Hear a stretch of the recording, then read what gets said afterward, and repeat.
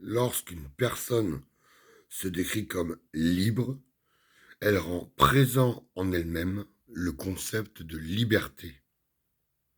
Elle le rend vivant dans son mental, dans son cerveau. Elle s'en imprègne. Mais elle n'est pas pour autant libre. Quand elle mentionne la liberté, elle se représente mentalement que l'être libre, entre guillemets, est une sagesse dans son essence, dans ses qualités, dans ses actes, dans ses principes et dans son nom. Voilà le plus sûr moyen d'acquérir en soi la science de la liberté, avec les devoirs et droits que cela comporte.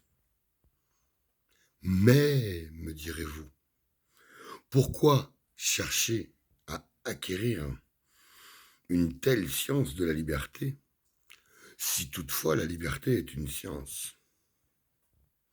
Mais pour se gouverner librement, sans contrainte ni sanction, dans son pays, tout simplement, et rassembler en soi les conditions requises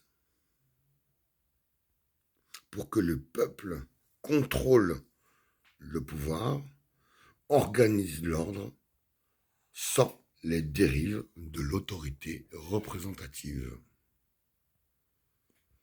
Le peuple qui acquiert ainsi ses connaissances et fait des ou les efforts nécessaires parviendra à la véritable liberté.